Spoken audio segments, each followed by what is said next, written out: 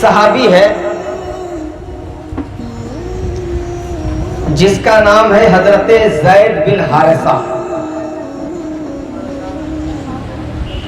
हजरत ज़ैद जिस वक्त उसकी उम्र 8 साल की थी, एक काफिले के साथ वो अपना ननिहाल जा रहा था। तो काफिला जब बीच रास्ते में पहुंचा तो डाकुओं ने, रहजनों ने उस काफिला को लूट लिया और हजरत ज़ैद को अपने कब्जे में ले लिया। और हजरत ज़ैद को लेने के बाद उसे मक्का के बाजार में ले जाकर के उसे बेच दिया।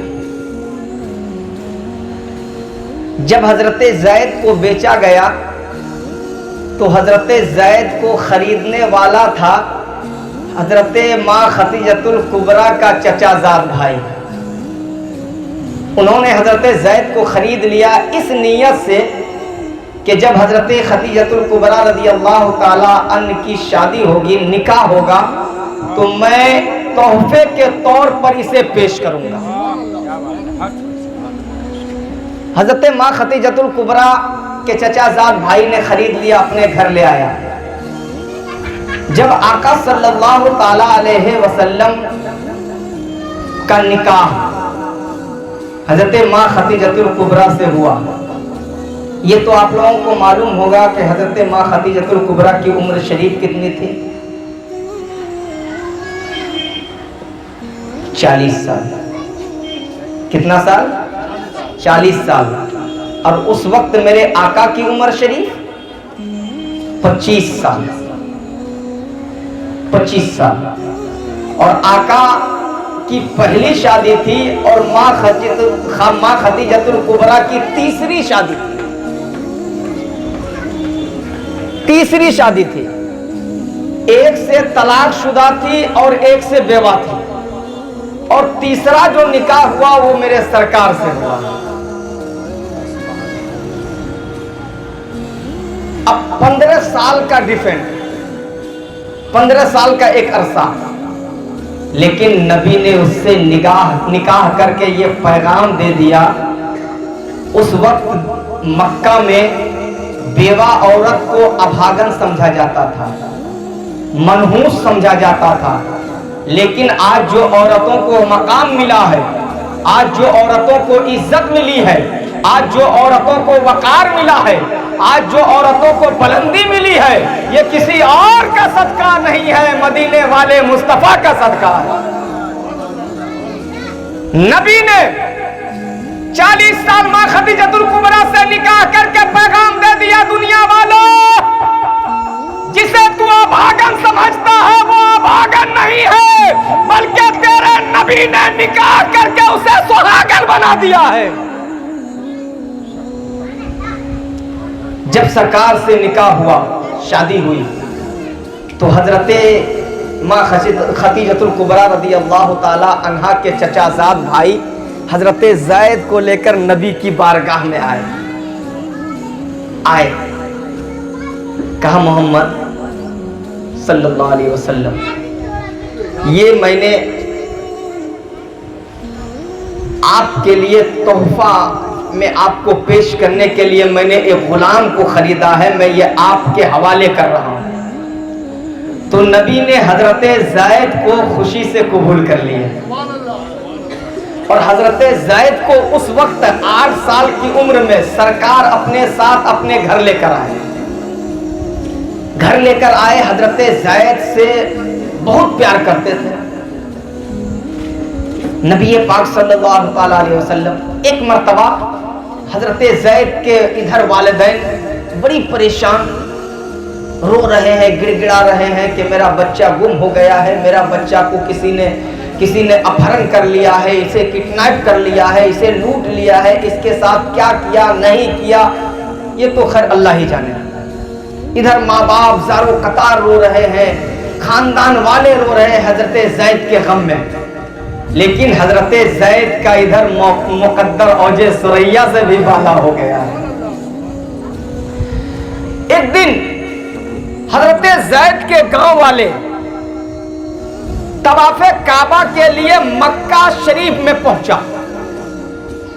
जब मक्का शरीफ में पहुंचा तो देखा कि हजरत ज़ैद मक्का के बाजार से कुछ सामान लेने के लिए मक्का के बाजार पहुंचे। तो गांव वालों ने उसे देखा और पहचान लिया कि ये तो वही ज़ैद है जो हारिसा का बेटा है, वो यहां है। उन्होंने बुलाया, कहा बेटा तेरा नाम क्या है? कहा मेरा नाम ज़ैद है। कहा तेरा बाप का नाम क्या है? कहा मेरा बाप का नाम हारिसा है। कहा तेरा तू रहने वाला कहाँ का है? मैं फला जगह का रहने वाला हूँ। तो उन्होंने अपने सारे वाकया को अपने गांव वालों को बयान किया और बयान करने के बाद गांव वालों ने कहा बेटा तेरा बाप बड़ा परेशान है, तेरी माँ बड़ी परेशान है, गांव वाले परेशान थे, मोहल्ले वाले परेशान है, खानदान वाले परेशान है। बेटा आज भी तेरा बाप तेरे गम में रोता रहता है, अगर तू जाना चाहता है तो मेरे साथ चल सकता है। कहा ना, कहा ना।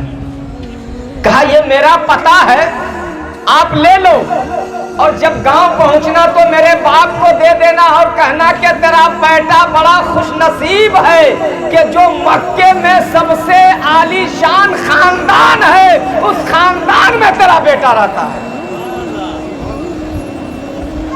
कहा ठीक, पता लिया। खाना काबा का तवाफ करने के बाद, हज करने के बाद जब वो घर को गांव को लौटा तो गांव वालों ने हजरत ज़ैद के वालिद हारिसा को कहा कि मैं आज भी तेरा बेटा जिंदा है, तेरे बेटे को मैंने मक्के के बाजार में देखा है, तेरे बेटे को मैंने मक्के के बाजार में देखा है और उन्होंने पता दिया है कि मैं फला घर में रहता हूँ, फला जगह रहता हूँ, फला के यहाँ रहता हूँ, देखो ये पर्ची लिख कर दिया है। हजरत ज़ैद के वालिद हजरत हारिसा ने जब पर्ची को देखा बड़ा खुश हुआ, इसलिए कि बेटा का पता मिल गया था ना। किसी की औलाद गुम हो जाती है तो उसके माँ बाप से उसका दर्द पूछो कि कितना वो गमजदा होता है, कितना रोता है तन्हाइयों में, कितना दिल तड़पता है, मचलता है बच्चे की मोहब्बत में। और जब उसका पता मिल जाता है खुशी से मचल जाता है। हजरत ज़ैद के वालिद भी खुशी से मचल गए। सुबह होती है, अपने भाई को साथ लेता है, मक्का पहुंच जाता है और मक्का पहुंचने के बाद मक्का के लोगों से कहता है कि मक्का वालों ये पता है, बताओ ये घर कहाँ है, ये मोहल्ला कहाँ है, ये मकान किस जगह पे है। मक्के वालों ने हजरत ज़ैद के वालिद को हैरत भरी, हैरत अंगेज निगाहों से देखा और देखने के बाद कहा क्या तू मक्का में पहली मर्तबा आया है? कहा क्या तू मक्का में पहली मर्तबा आया है? कहा हाँ पहली मर्तबा आया हूं। कहा तुझे पता नहीं है किसके घर में, किसके घर का पता है? कहा मेरे भाई पता नहीं है, इसलिए तो मैं पूछ रहा हूं। कहा देख मक्का में जो सबसे बड़ी हवेली है वही घर है और उस मकान के मालिक का नाम जनाबे मोहम्मदुर रसूलुल्लाह है। हजरत ज़ैद के वालिद जैसे काशाना मुस्तफ़ा पे पहुंचते हैं, पहुंचने के बाद आका सल्लल्लाहु ताला अलैहि वसल्लम से कहते हैं मोहम्मद मैं ज़ैद का वालिद हूँ, ये उनका चचा है और मैं ज़ैद को लेने आया हूँ, मैं ज़ैद को कैद से छुड़ाने आया हूँ, गुलामी से आज़ाद करने आया हूँ। इतना सुनना था। आका सल्लल्लाहु ताला अलैहि वसल्लम फरमाते हैं कि हमारी एक शर्त है। कहा वो क्या? कहा ये शर्त है कि अगर ज़ैद खुशी से जाना चाहता है तो मैं रोकूंगा नहीं, और अगर वो नहीं जाना चाहता है तो आप जबरदस्ती ले जा नहीं सकते। कहा बस इतनी सी बात है? कहा हाँ, इसलिए कि वो जानता था कि बच्चे का लगाव बाप से बहुत ज्यादा होता है, वो बाप की मोहब्बत में तड़प जाएगा, वो मेरे साथ जाने के लिए तैयार हो जाएगा। बाप ने इस शर्त को मान ली, लेकिन उसे पता नहीं है जहां पूरी दुनिया की दम तोड़ देती है, वहां से मोहम्मदुर रसूलुल्लाह की मोहब्बत शुरू होती है। कहा बस इतनी सी शर्त है? कहा हाँ बस इतनी सी बात है। कहा ठीक है बुलाइए। हजरत ज़ैद को आवाज देते हैं आका सल्लल्लाहु अलैहि वसल्लम, ज़ैद। हजरत ज़ैद हाजिर होते हैं। कहा लब्बैक या रसूल अल्लाह, मैं हाजिर हूं या रसूल अल्लाह। कहा ज़ैद इसे पहचानते हो? कहा हाँ या रसूल अल्लाह, या रसूल अल्लाह पहचानता हूं, ये मेरा बाप है। कहा ज़ैद इसे पहचानते हो? कहा हाँ या रसूल अल्लाह मेरा चचा है, पहचानता हूं या रसूल अल्लाह। कहा ज़ैद जानते हो किस लिए आया है? कहा या रसूल अल्लाह ये पता नहीं है। कहा ज़ैद ये तुझे ले जाने के लिए आया है। ऐ ज़ैद मैंने शर्त रख दी है, अगर तू खुशी से जाना चाहता है तो मैं तुझे रोक भी नहीं सकता हूं, और अगर तू नहीं जाना चाहता है तो तेरा बाप तुझे ले जा भी नहीं सकता है। कहा ज़ैद अब फैसला तू ही कर सकता है। हजरत ज़ैद ने एक नजर बाप के चेहरे को देखा, चचा के चेहरे को देखा। देखने के बाद फिर अपने निगाहों को निगाह चेहरे मुस्तफा की तरफ पलटा, और देखने के बाद उन्होंने फैसला किया कि एक तरफ जहन्नम है, दूसरी तरफ मालिक जन्नत है। एक तरफ जहन्नम है, दूसरी तरफ मालिक जन्नत है। एक तरफ जहन्नम है, दूसरी तरफ मालिक कौसर है। एक तरफ जहन्नम है, दूसरी तरफ नबियों के सरदार है। एक तरफ जहन्नम है, दूसरी तरफ रहमतुल लिल आलमीन है। एक तरफ जहन्नम है, दूसरी तरफ तू मुख्तारे कायनात है। एक तरफ जहन्नम है, दूसरी तरफ तहा यासीन है। एक तरफ जहन्नम है, एक तरफ मुदस्सिर मुदस्सिर है।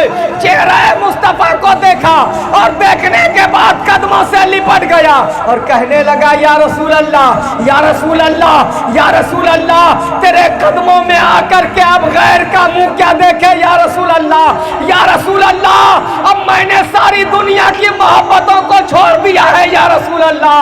अब मैंने आपकी गुलामी इख्तियार कर लिया है या रसूल अल्लाह। या रसूल अल्लाह मैं अपनी जान दे सकता हूँ, लेकिन दरे मुस्तफा को अब छोड़कर नहीं जा सकता हूँ। कहा या रसूल अल्लाह, बाप की मोहब्बत अपनी तरह अपनी जगह, माँ की मोहब्बत अपनी जगह, खानदान वालों की मोहब्बत अपनी जगह, लेकिन या रसूल अल्लाह जो मोहब्बत आपके दर से मिली है, अब मुझे माँ बाप की मोहब्बत की जरूरत नहीं है। या रसूल अल्लाह अब दरे मुस्तफा को छोड़कर जाना नहीं चाहता। नबी फरमाते हैं ज़ैद तुझे घबराने की जरूरत नहीं है। ज़ैद के वालिद ने कहा बेटा मैं तुझे गुलामी से आजाद कराने आया हूं, मैं तुझे गुलामी की जंजीर से छुड़ाने आया हूं, चाहे इसके बदले में जितना रुपया पैसा देना पड़े, जितनी अशरफिया देना पड़े, तेरा बाप देने के लिए तैयार है, लेकिन मैं तुझे गुलामी से आजाद करने आया हूं। तो हज़रत ज़ैद ने बाप से जवाब दिया मेरे बाबा जान, तेरी आजादी से अच्छा मोहम्मद की गुलामी बेहतर है। तुम्हारे घर की आजादी से बेहतर मोहम्मद के घर की गुलामी बेहतर है। कहा मैं नहीं जा सकता। हजरत ज़ैद की इस मोहब्बत का दूसरा नाम है ईमान। तो उसी वक्त नबी ने हजरत ज़ैद को सीने से लगा लिया और ऐलान कर दिया, ऐ मक्का वालों सुन लो, आज से ज़ैद मेरा रूहानी बेटा है। आज से ज़ैद मेरा रूहानी बेटा है। और जिसे नबी अपना बेटा कह दे, हाय हाय हाय, जिसे नबी अपना बेटा कह दे, उसकी मुकद्दर का अंदाजा कौन लगा सकता है? उसकी किस्मत का अंदाजा कौन लगा सकता है?